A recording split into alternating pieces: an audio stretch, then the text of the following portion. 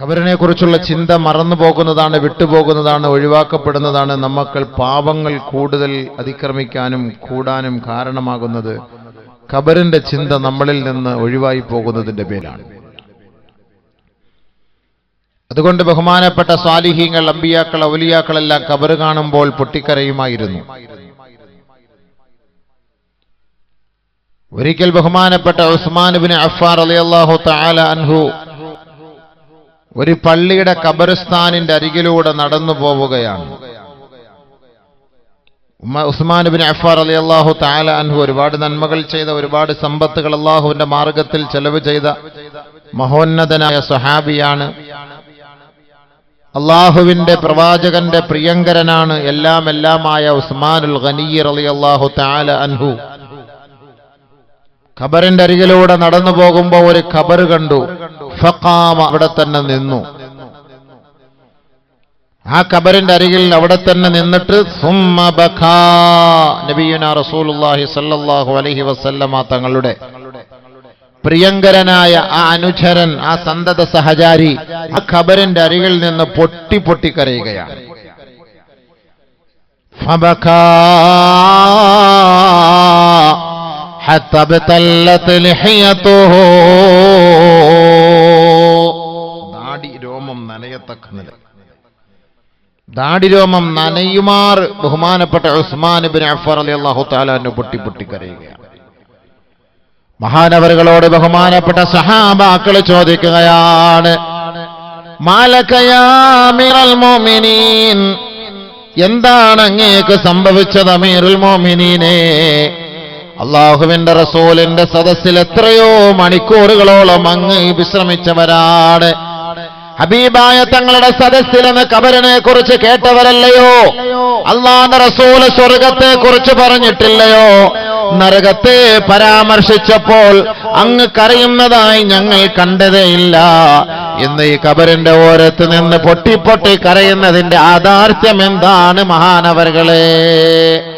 ഉസ്മാൻ ഇബ്നു അഫ്ഫാൻ റളിയല്ലാഹു അൻഹുവിനോട് ബഹുമാനപ്പെട്ട സ്വഹാബാക്കൾ ചോദിക്കുകയാണ്. മഹാനായ ഉസ്മാൻ ഇബ്നു അഫ്ഫാൻ റളിയല്ലാഹു അൻഹു പറയുകയാണ്, സമിഅതു നബിയ സല്ലല്ലാഹു അലൈഹി വസല്ലം, ഹബീബായ റസൂലുള്ളാഹി സ്വല്ലല്ലാഹു അലൈഹി വസല്ലമ തങ്ങൾ പറഞ്ഞത് ഞാൻ കേട്ടിട്ടുണ്ട്. അൽ ഖബ്റു അവ്വലു മൻസിലിൻ മിൻ മനാസിലിൽ ആഖിറ,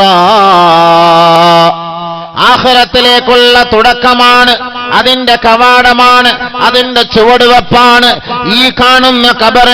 ഫമൻ നജാ ഫീഹി ഫമാ ബഅദഹു ഐസർ, ആരാണോ ആ ഖബറിൽ ആദ്യത്തെ ദിനത്തിൽ തന്നെ രക്ഷപ്പെട്ടത്, ആദ്യത്തെ ദിനം തന്നെ സുരക്ഷിതമാക്കപ്പെട്ടത്, ഫമാ ബഅദഹു ഐസർ, പിന്നീട് അങ്ങോട്ടവർ ദുഃഖിക്കേണ്ടതേയില്ല, പ്രയാസപ്പെടേണ്ടതേയില്ല.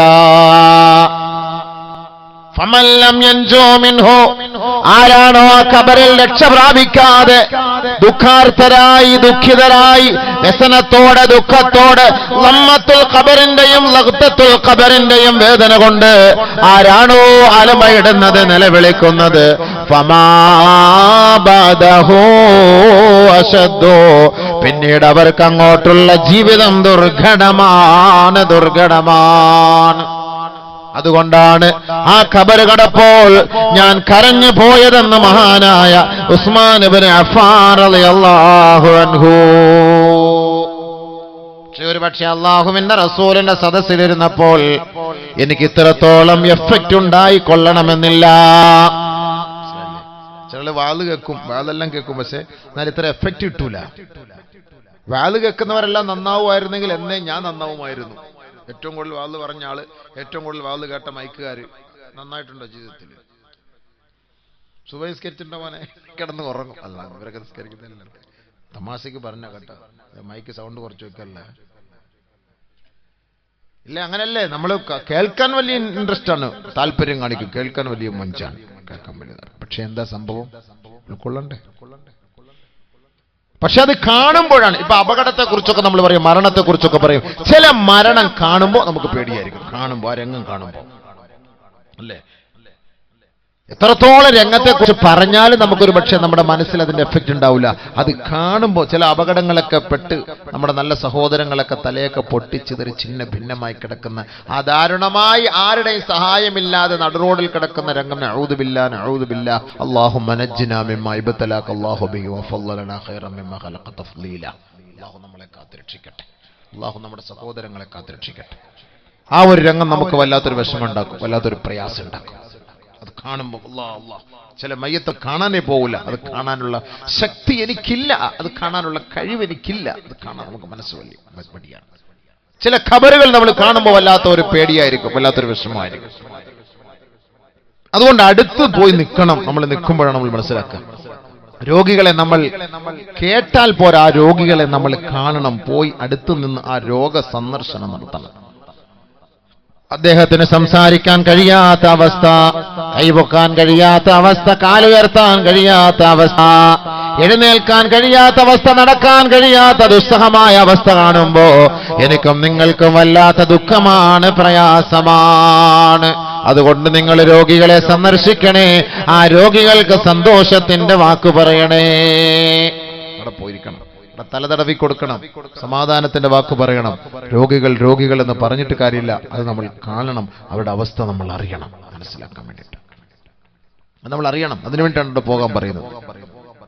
അതുകൊണ്ട് മഹാനായ ഉസ്മാൻ ഇബ്നു അഫ്ഫാൻ റളിയല്ലാഹു തആല അൻഹു ഖബറിനെ കുറിച്ച് ധാരാളം കേട്ടിട്ടുണ്ട്. പക്ഷേ കരയാതിരുന്ന മഹാനായ ഉസ്മാൻ ഇബ്നു അഫ്ഫാൻ റളിയല്ലാഹു അൻഹു ആ ഖബറിന്റെ അരികിലേക്ക് നടന്നു പോകുമ്പോ ആ ഖബറിന്റെ ഓരത്ത് നിന്ന് ഫബകാ തവീലാ, പൊട്ടി കരയുകയാണ്, ദീർഘനേരം കരയുകയാണ്. ഖബറിന്റെ അവസ്ഥകളെ ഓർത്ത് കരയുകയാണ്. നാളെ ഒറ്റപ്പെട്ട ഈ ഖബറിന്റെ ഉള്ളറയിൽ കഴിയേണ്ടതിനെ കുറിച്ച് ഓർക്കുകയാണ്.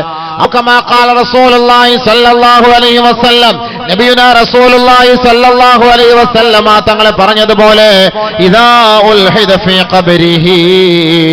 ഒരു മനുഷ്യന്റെ മയ്യത്ത് ഖബറിലേക്ക് വെക്കപ്പെട്ട് കഴിഞ്ഞാൽ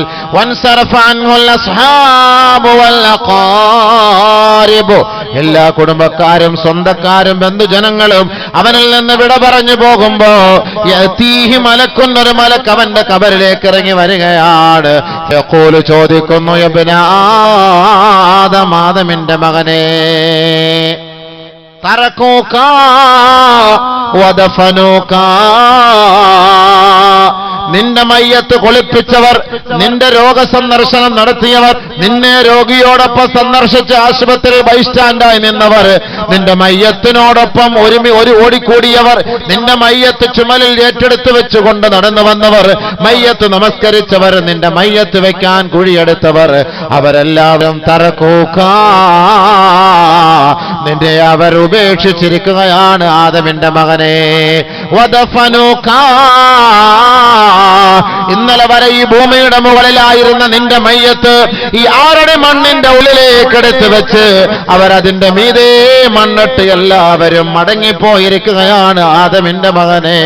വലൗ അഖാമൂ ഇൻദക മാ നഫഊക, അവരിനി ഇവിടെ വന്ന് നിൽക്കുന്നത് കൊണ്ട് നിനക്ക് യാതൊരു പുണ്യവുമില്ല. ആര് നിൽക്കും? ചിന്തിച്ചു നോക്ക്. നമ്മുടെ സുഹൃത്തുക്കൾ ഒന്ന് ആലോചിച്ച് നോക്ക്. ബൈക്കിൽ കയറാൻ നേരത്ത് കൂട്ടിന് വിളിച്ചാൽ വരും. ബൈക്കിന് കൂടെ വാ കയറി പോകും. കാറിൽ കൂട്ട കയറി പോകും. ഫിലിം ഷോയ്ക്ക് പോകും, സിനിമ കാണാൻ വേണ്ടി പോകും, നാടകത്തിന് പോകും, ഗാനമേളയ്ക്ക് പോകും, കൂട്ടായിട്ട് എല്ലാം കൂട്ടിന് വിളിച്ച് അപ്പോഴേ വരും. വെള്ളമടിക്കാൻ പോകും, എല്ലാത്തിനും ഏത് ആവശ്യത്തിന് വിളിച്ചാലും ഇവിടേക്ക് വേണമെങ്കിലും വരും. ഇത്രയും അടുത്ത സുഹൃത്ത് മരണപ്പെട്ടു പോയാൽ ആ മനുഷ്യനോടൊപ്പം ഖബറിലേക്ക് പോകാൻ ആരിലുണ്ടാവോ കൂട്ടത്തിൽ? എവിടം വരെ വരും? പള്ളിക്കാട് വരെ, പള്ളിയുടെ ഖബറിസ്ഥാന് വരെയാണ് അവിടെ എത്തുക. നബിയുനാ റസൂലുള്ളാഹി സ്വല്ലല്ലാഹു അലൈഹി വസല്ലമ തങ്ങൾ പറഞ്ഞില്ലേ, യത്ബഉൽ മയ്യിത സലാസ, മയ്യത്തിനെ അനുഗമിക്കുന്നത് മൂന്ന് കാര്യങ്ങളാണ്. മയ്യത്തിനെ അനുഗമിക്കുന്നത് മൂന്ന് വസ്തുക്കളാണ്. യത്ബഉ അഹ്ലുഹു, യത്ബഉ മാലുഹു, യത്ബഉ അമലുഹു. അവന്റെ കുടുംബം അവനോടൊപ്പം, ആ മയ്യത്തിനോടൊപ്പം, ആ ഖബർസ്ഥാൻ വരെ അവനോടൊപ്പം അനുഗമിക്കുകയാണ്. അവന്റെ സന്താനങ്ങൾ അവനോടൊപ്പം അനുഗമിക്കുകയാണ്. അവന്റെ സമ്പത്ത് അവനോടൊപ്പം അനുഗമിക്കുകയാ. അവൻ ദുനിയാവിൽ ചെയ്ത അവന്റെ സൽക്കർമ്മങ്ങൾ, അവന്റെ നന്മകൾ അവനോടൊപ്പം അനുഗമിക്കുകയാണ്. ആദരവായ റസൂലുള്ളാഹി തങ്ങൾ പറയുകയാ, യർജിഉ ഇസ്നാനി വയബ്ഖാ വാഹിദൻ. ഖബറിലേക്ക് ഒരു മനുഷ്യന്റെ മയ്യത്ത് കൊണ്ട് വെക്കപ്പെടുമ്പോ ആ ഖബറിൽ നിന്ന് രണ്ട് അമലുകൾ മടങ്ങുകയാണ്. ഒരു അമൽ മാത്രം അവനോടൊപ്പം അവശേഷിക്കുകയാ. യർജിഉ അഹ്ലുഹു വമാലുഹു. അവന്റെ സമ്പത്തും അവന്റെ കുടുംബക്കാരും അവനെ വിട്ടു മടങ്ങുകയാണ്.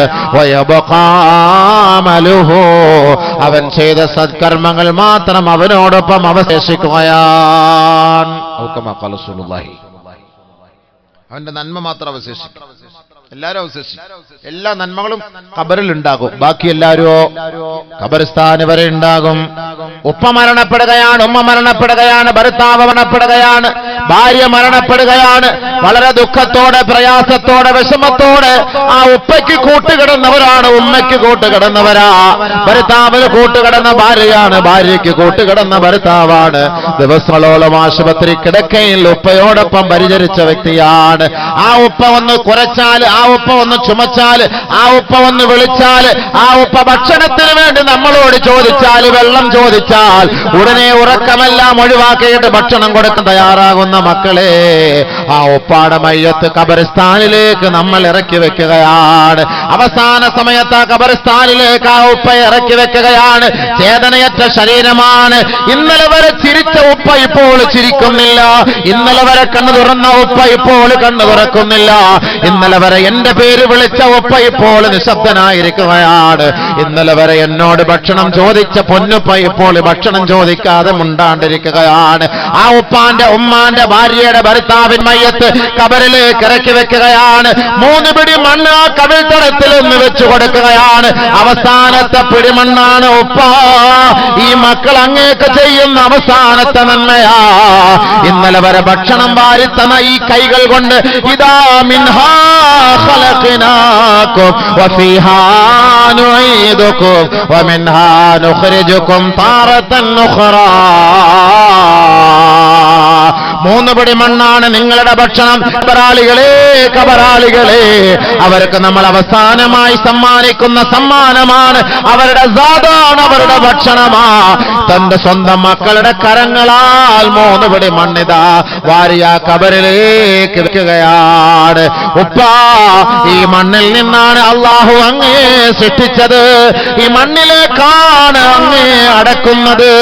ഈ മണ്ണിൽ നിന്ന് നാളെ ഒരു വിളിയാളമുണ്ടാകും ഉപ്പ. വഫീഹാ വമിൻഹാ നുഖ്രിജുകും താറതൻ ഉഖ്റാ. നാളെ ഈ കബറിടത്തിൽ നിന്ന് നാളെ ഒരു വിളിയാളം ഉണ്ടാകുമ്പോ അങ്ങ് ഉയർത്തെഴുന്നേൽപ്പിക്കപ്പെടും. ആ മണ്ണറയിലേക്ക് വെക്കുകയാണ്. മീതെ പലക വെക്കുകയാണ്. എല്ലാവരും മണ്ണിട്ട് മൂടുകയാണ്. അതിന്റെ മീതെ വെള്ളമൊഴിക്കുകയാണ്. 2 ചെടി ഒടിച്ച് കാലിന്റെയും തലയുടെയും ഭാഗത്ത് വെക്കുകയാ. ഒരുമിച്ച് നിന്ന് തസ്ബീഹ് ചൊല്ലുകയാണ്, ഇസ്തിഗ്ഫാർ ചൊല്ലുകയാണ്, ദുആ ചെയ്യുകയാണ്. അവസാനമായി ഓരോരുത്തരും ആ ഖബർസ്ഥാനിൽ നിന്ന് മടങ്ങിപ്പോവുകയാണ്. അവസാനമായി മക്കൾ മാത്രം അവശേഷിക്കുകയാണ്. കുടുംബക്കാർ മടങ്ങിപ്പോയിരിക്കുകയാണ്. സഹപ്രവർത്തകർ മടങ്ങിപ്പോയിരിക്കുകയാണ്. സഹയാത്രികർ മടങ്ങിപ്പോയിരിക്കുകയാണ്. ഇന്നലെ മുതലേ ഈ മരണവാർത്ത അറിഞ്ഞ് വിദൂരങ്ങളിൽ നിന്ന് വന്നവരെല്ലാം ഇതാ മടങ്ങിപ്പോവുകയാണ്, മടങ്ങിപ്പോവുകയാണ്. അവസാനമായ ഖബറിന്റെ ഓരത്ത് നിൽക്കുന്നത് മക്കളാണ്, മരുമക്കളാണ്. അവരോ കുറച്ചു സമയം മാത്രം ആ ഖബറിന്റെ ഓരത്ത് നിൽക്കുകയാണ്. കൂടുതൽ സമയം നിൽക്കുകയില്ല. എന്നാലോ ആശുപത്രിയിൽ മണിക്കൂറുകളോളം നിൽക്കാൻ സന്നദ്ധത കാണിച്ചവരാണ്. ബെഡിൽ മണിക്കൂറുകളോളം ശുശ്രൂഷയ്ക്ക് വേണ്ടി നിൽക്കാൻ താല്പര്യം പ്രകടിപ്പിച്ചവരാ. ഉപ്പയെ വീട്ടിൽ കൊണ്ടുവന്നപ്പോ ഉപ്പയെ ശുശ്രൂഷിക്കാൻ വേണ്ടി താല്പര്യം കാണിച്ച മക്കളാണ്. ഇതാ പള്ളിക്കാട്ടിന്റെ ഖബർസ്ഥാനിൽ ആ ഉപ്പയുടെ മയ്യത്ത് കൊണ്ട് വെക്കപ്പെട്ടതിന് ശേഷം എല്ലാവരും മടങ്ങിപ്പോകുമ്പോ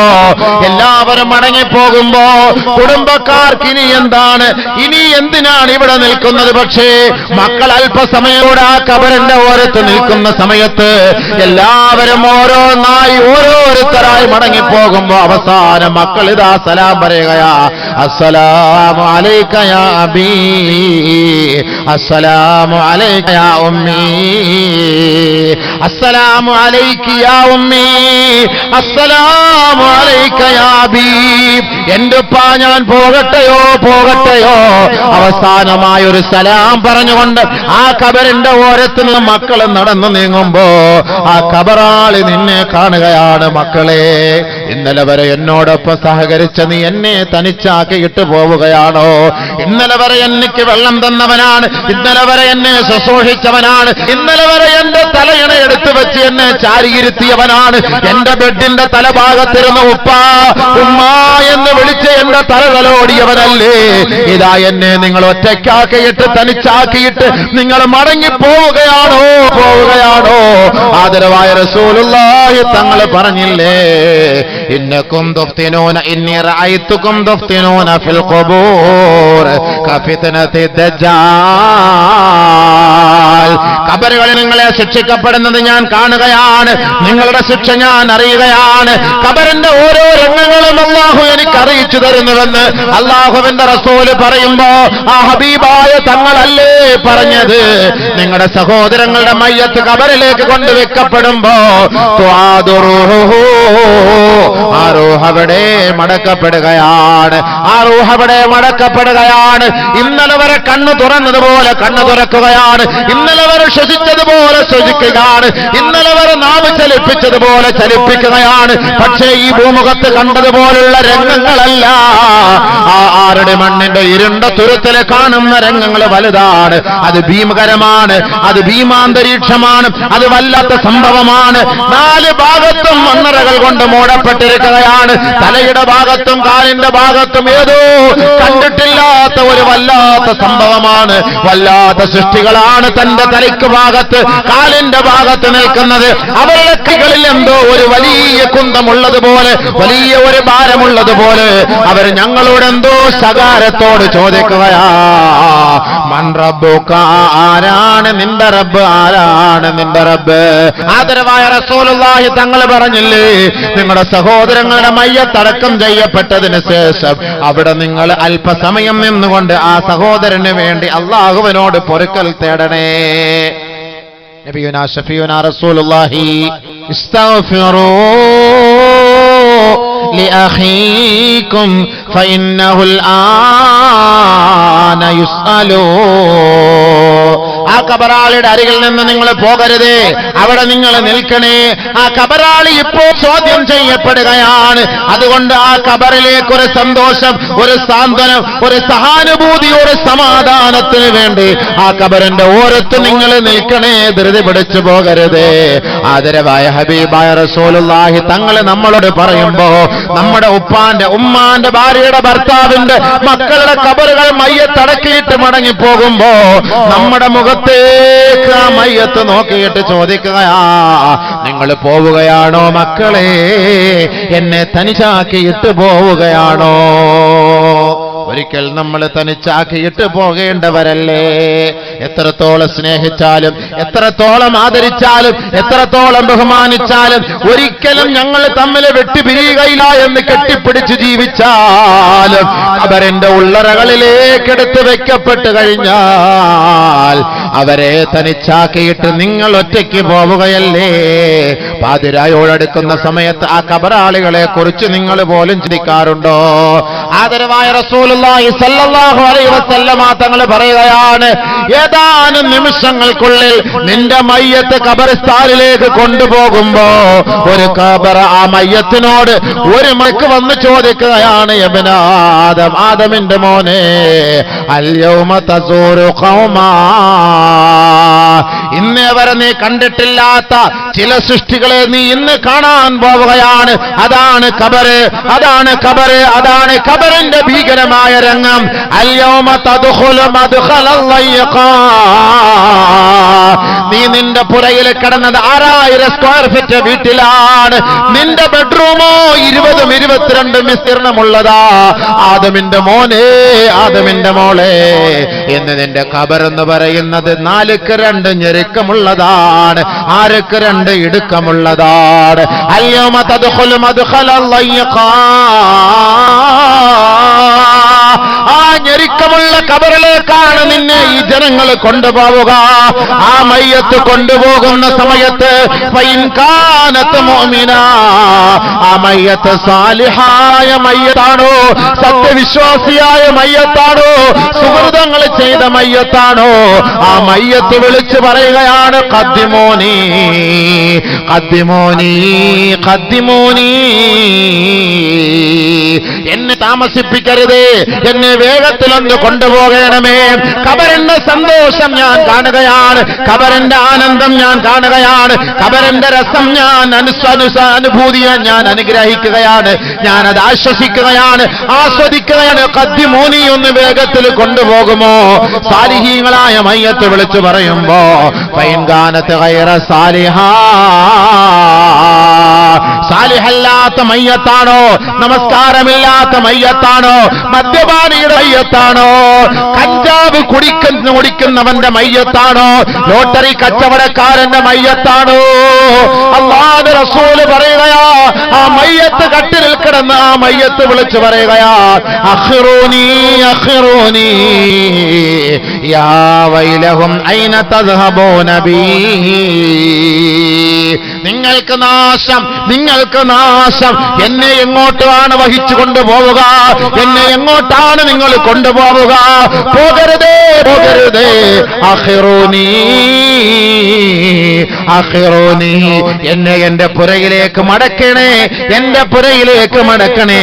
ഞാൻ ആ നരകത്തിന്റെ പാമ്പിനെ കാണുകയാണ്, ഖബറിന്റെ ഭയാനകത ഞാൻ കാണുകയാണ്, ഖബറിന്റെ തീ ഞാൻ കാണുകയാണ്, ഖബറിന്റെ ഖബറിന്റെ ഞെരുക്കം ഞാൻ കാണുകയാണ്. ആദരവായ റസൂലുള്ളാഹി സ്വല്ലല്ലാഹു അലൈഹി വസല്ലമ തങ്ങളുടെ പ്രിയതമയായ പ്രിയങ്കരിയായ ആയിഷ സിദ്ദീഖ റളിയല്ലാഹു തആല അൻഹാ ഒരു ഖബറിന്റെ അരികിലൂടെ നടന്നു പോയിട്ട് ഫഖാമത്ത്, ഒരു കൊച്ചു ഖബറാണ്, ഒരു കുഞ്ഞിളം പൈതലിന്റെ ഖബറാണ്, ഒരു പൊന്നുമോന്റെ ഖബറാണ്, ആ ചോരക്കുഞ്ഞിന്റെ ഖബറാണ്. ആ ഖബറിന്റെ ഓരത്ത് ബഹുമാനപ്പെട്ട ആയിഷ ബീവി നിൽക്കുകയാ, പൊട്ടിക്കരയുകയാണ്, കരയുകയാണ്, കണ്ണുനീരൊഴുക്കുകയാണ്. മഹദി അവറുകളുടെ പരിസരത്ത് നിന്ന് തോഴിമാര് ചോദിക്കുന്നു, മായുബ്കീകിയ ആയിഷ, ആയിഷേ നിന്നെ കരയിച്ച വസ്തുത എന്താണ് ആയിഷേ? മഹദിയായ ആയിഷ ബീവി പറയുകയാണ്, ഇന്നലിൽ ഖബരിൽ ലമ്മാ,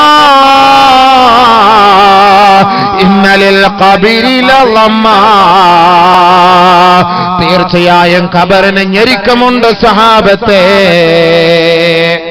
അല്ലാഹുവിന്റെ റസൂലിന്റെ പ്രിയങ്കരിയായ ആയിഷ സിദ്ദീഖ റളിയല്ലാഹു അൻഹ പറയുകയാണ്, ഹാദാ ഖബറു സബീൻ, ഇതൊരു കുഞ്ഞിന്റെ ഖബറാണ്, ഇതൊരു പൈതലിന്റെ ഖബറാണ്, ഇതൊരു കിടായിയുടെ ഖബറാണ്. ഇന്നലിൽ ഖബരി ലമ്മാ ലൗ കാന അഹദും മിൻഹാ നാജിയാ ലകാന ഹാദാ സബീ ഔ കമാ ഖാല റസൂലുള്ളാഹി.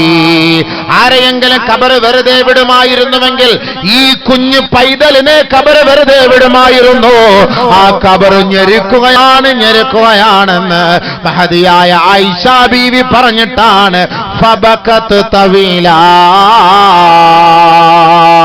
വളരെ ദീർഘനേരം മഹദിയായ ആയിഷ സിദ്ദീഖ റളിയല്ലാഹു അൻഹ കരഞ്ഞുപോയത്.